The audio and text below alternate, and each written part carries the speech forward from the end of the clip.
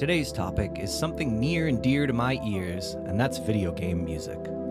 I'll be discussing some of my favorite all-time tracks across generations of gaming, but I'll only be picking one track as my favorite to represent each year, from 1980 to 2021.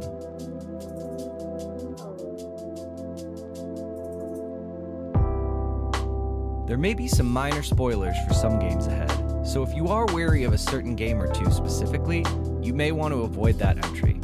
That said, I won't dive too deep into any games plot-wise. After all, we're here to talk about music, so this entire video will be free of major spoilers. I'll also leave timestamps in the description below for those who wish to use them, as I'll be making sure I leave some space without talking for each song to breathe. So if you're just here to hear the songs, go ahead and use those timestamps. That said, as someone who usually watches YouTube almost exclusively on mobile, I would make a request to those of you who are watching on your phone, try to get some headphones to allow the hard work these composers made to truly shine in your eardrums.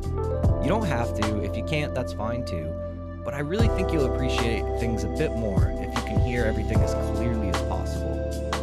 Lastly, please note that in order to qualify for the list, all music must be an original piece, created directly and specifically for the game.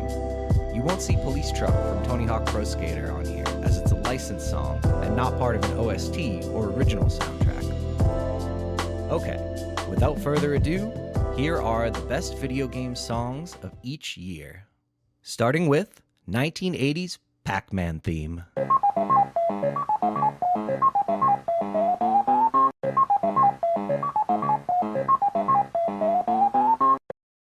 This may or may not come as a huge surprise, but there aren't a massive amount of contenders for the top video game song of 1980. But even if there were, I'd likely still give this to the Pac-Man theme. Consisting of a single loop lasting all of 4 seconds, this little jingle was enough to help keep the quarters flowing and make this title the top grossing game of the year. Musically, it's a neat little example of counterpoint between two single gritty synth lines that still manages to have a bit of a rhythmic pull to it thanks to the bass line. It's bare bones genius in that you really can't make much more out of much less. The melody has been remixed a number of times over the years, most notably perhaps by British-born producer and electronic pioneer and legend, Aphex Twin.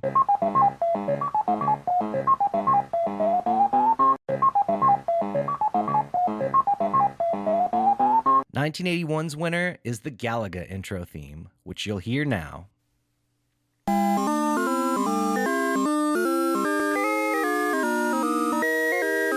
don't know about you, but when I hear this song, it instantly evokes memories of two things. Number one, not surprisingly, arcades, and number two, carnival rides. The Galaga theme makes me feel like I'm about to board some rocket ship ride at an amusement park, to be flung into the air at what felt like breakneck speeds, hurling around in circles, desperately trying to keep down all that popcorn, candy, and soda. And that's sort of what the game feels like too, because as you play more and more, the intensity and frequency of the enemies ramp up. The baddies start swirling in nauseating circles down towards your craft to dive bomb you into oblivion as you desperately try to line up a laser beam shot to send them packing. I've always enjoyed the sound on this one, so once more, here's your winner, the Galaga intro theme.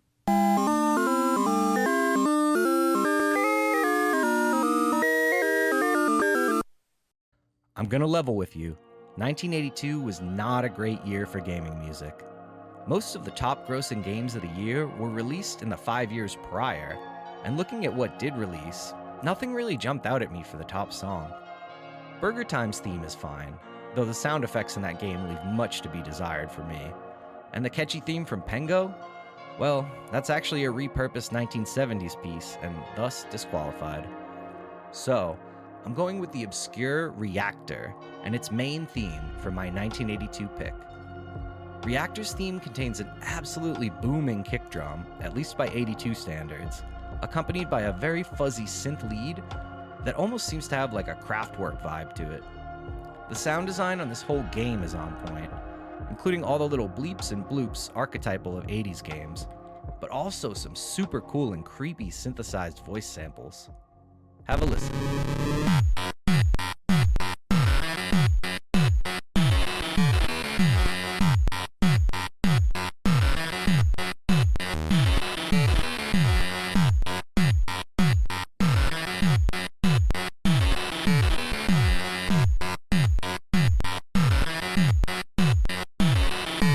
Enter unstable.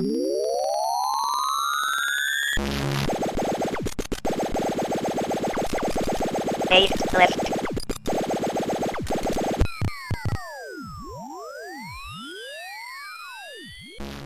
1983, the year of the crash.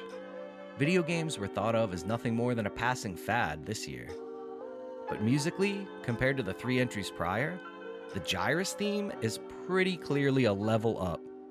Haha, get it? Seriously though, Gyrus' main theme feels like a leap forward for game sound design in the early 80s.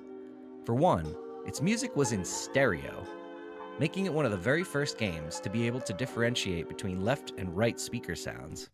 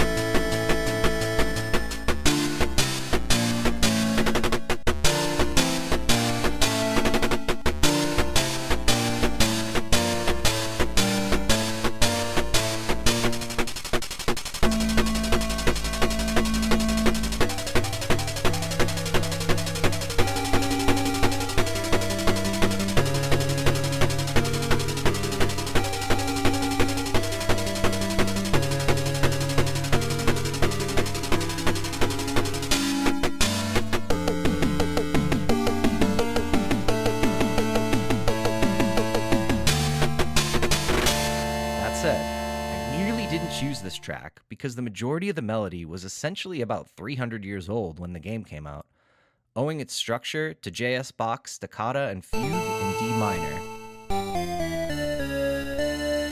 The intro is exactly the same, but the rhythm and arrangement of the next sections vary enough for me to consider it its own piece, and the Bach piece is more like a sample used throughout. However, Gyrus' theme also owes more than a little thanks to UK-based rock band Sky as well, where their similar arrangement, which had just come out 3 years earlier.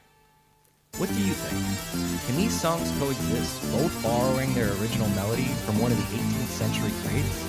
Or is this a little too close for comfort? And should composer Masashiro Inui and Konami have to pay royalties of some kind to Sky for revamping their arrangement of Bach's classic?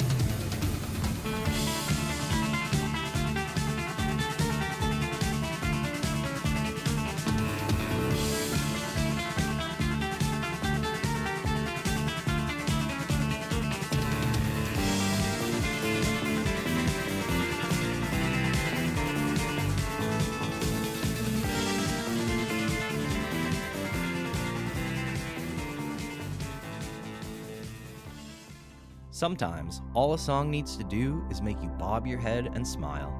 The bonus theme from Balloon Fight falls squarely into this category for me. With its excellent bass lines and usage of percussion to make the song swing, the infectious melody on top has room to soar, like the balloon of a distracted child who loosened their grip just a little too much. Plus, there's this one section where it goes, and it's impossible to ignore that level of greatness.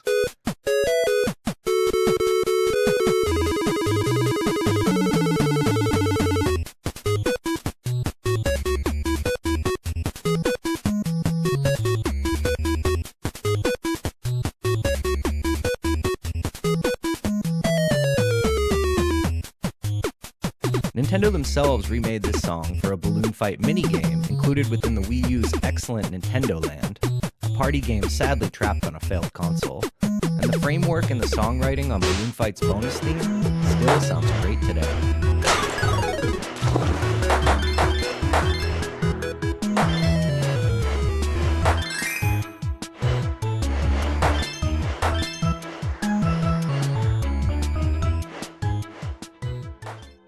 Okay, we all know this one, right? I have to admit, maybe this spot should probably go to the main Super Mario Bros. Theme, but I prefer the underground theme, first heard in World 1-2. Despite its creepy demeanor, the beginning starts simple enough, with one motif repeated twice, then twice again with a lower note. Then it does this.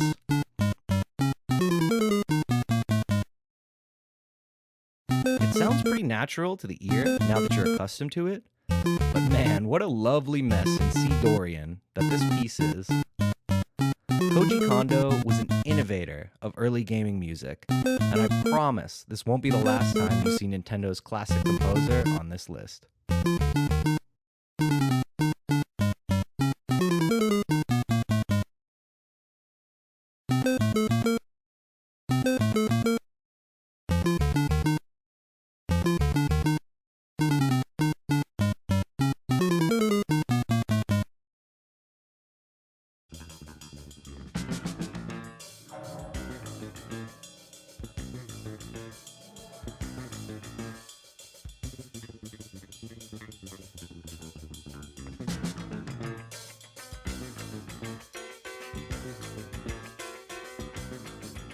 See?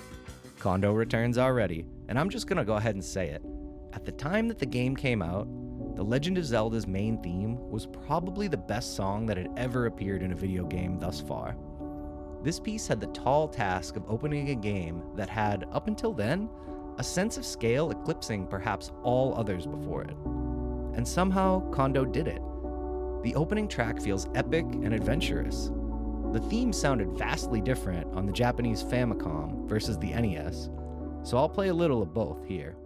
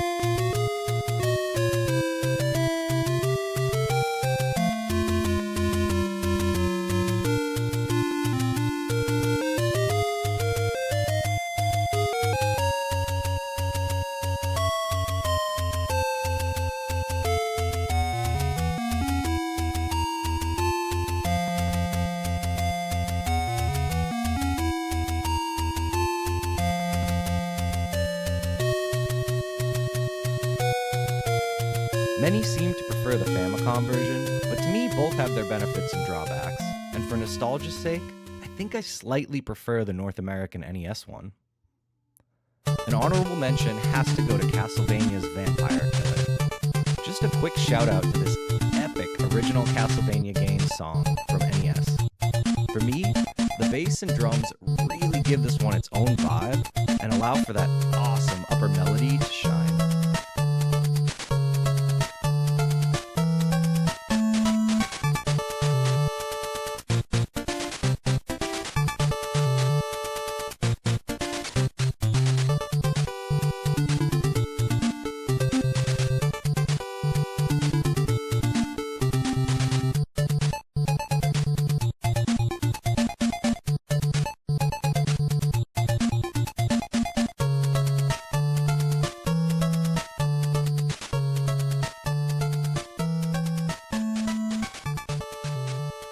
There was a lot of competition here in 1987, but in the end, I have to say, the Final Fantasy original opening theme is the best.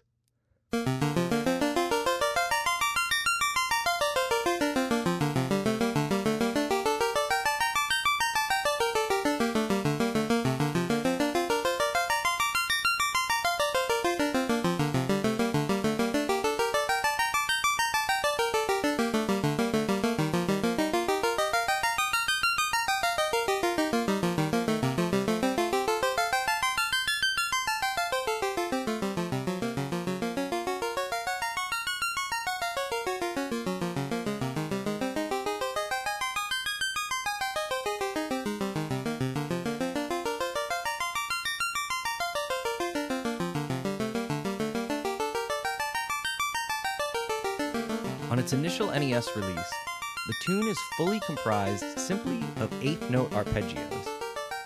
Adding delay gives things a more spacious and swirling effect, and the chords chosen give things a sense of movement, despite its simplicity. All melody, no harmony. Okay, well, there's some implied harmony, I suppose, but your brain might fill in those blanks, consciously or subconsciously, or they might not. But either way, it's undeniable that there's something deeply sentimental about this tune that helps it outgrow its simplistic confines. This melody has been repurposed so many times in Final Fantasy history, but personally, I'll never get tired of it.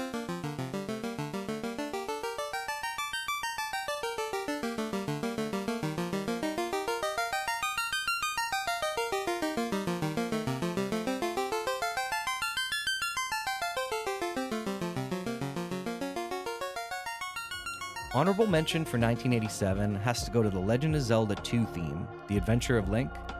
I'll be honest, I enjoy this piece more than the title theme from Zelda 1. It's more complex, and the different voices play off each other perfectly. But 1987 was a more competitive year, so despite this being my favorite Zelda track across both the NES entries, it ends up in honorable mentions anyway.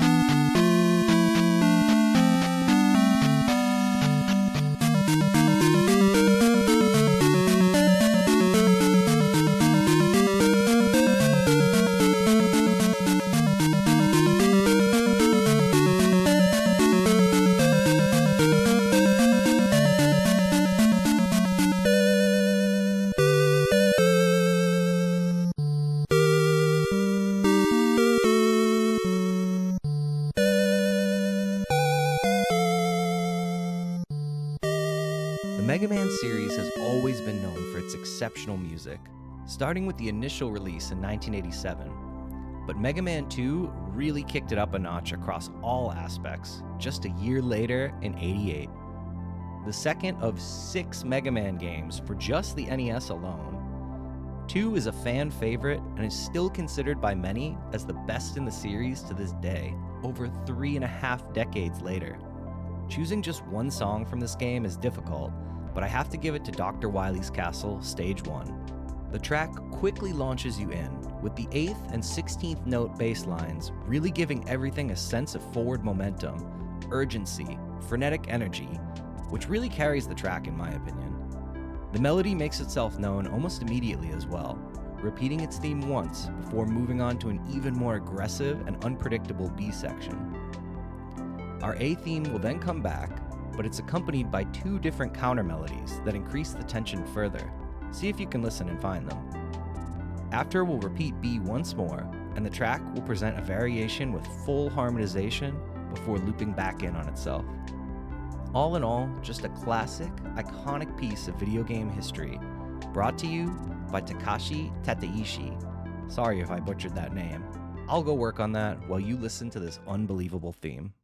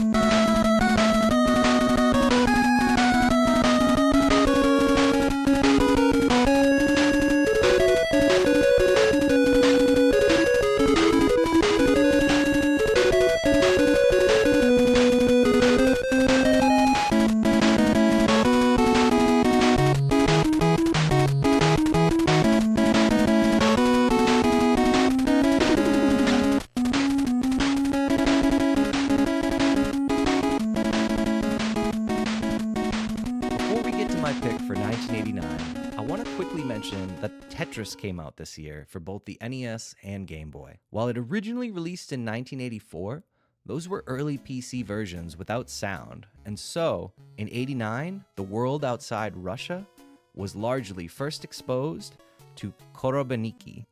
However, it's still a piece of music that wasn't originally written for that game, as it's an old Russian folk song, so I have to disqualify it by my own criteria.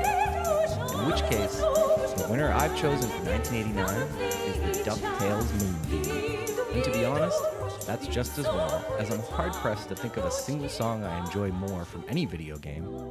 A stunning melody over a very rock-influenced structure of synths. For some reason, the Moon Theme always sounded specifically pop-punk to me. I think it's the B section that really wins this one over for me. Have a listen.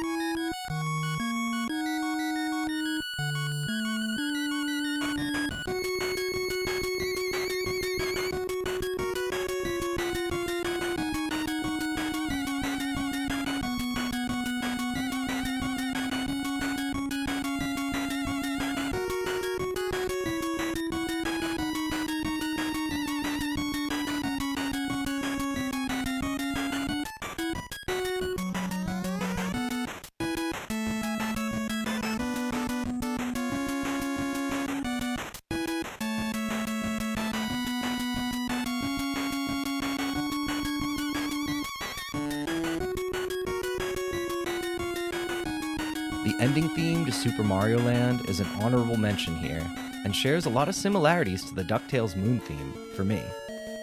Working with a similarly outer space setting, Mario Land's ending uses a straight, catchy bass line, which gives the melody plenty of space and harmony to play off of.